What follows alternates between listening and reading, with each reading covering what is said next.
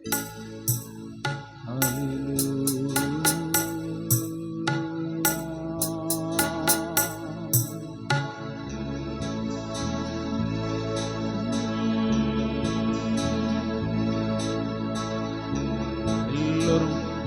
வலதுகரத்தை பரத்திருக்கிறீராய் உயர்த்தி சொல்லுவோம்.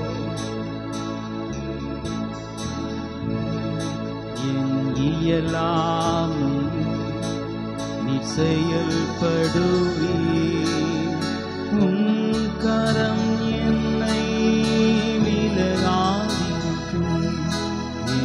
இயலாம் நீ செயல்படுவி, உன் கரம் என்னை விலகாதிருக்கும்.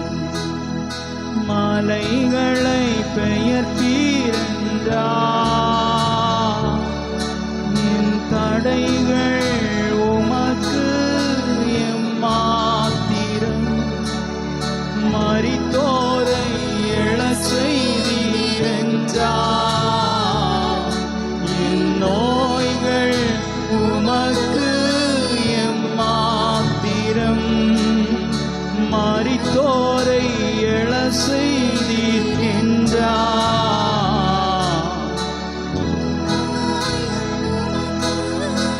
எம்மாத்திரம். கிரகிக்க முடியா காரியம் செய்வீர், சர்வஞானியே உம்மை ஆராதிப்பேன். கிரகிக்க முடியா காரியம் செய்வீர், சர்வஞானியே உம்மை ஆராதிப்பேன். கோலும் கையும் இரு பரிவாரமாகும், உம்மாலன்றி இது யாரால் கூடும். பெருங்கோலும் கையும் இரு பரிவாரமாகும், உம்மாலன்றி இது யாரால் கூடும். ஆகாயத்து பட்சிகளை போஷிப்பீரென்றார், என்னையும் போஷிப்பது நிச்சயமே. காட்டு புஷ்பங்களை உடுத்துவது நீரென்றார், என்னை குறைவின்றி நடத்துவது நிச்சயமே. கிரகிக்க முடியா காரியம் செய்வீர், சர்வஞானியே உம்மை ஆராதிப்பேன். கிரகிக்க முடியா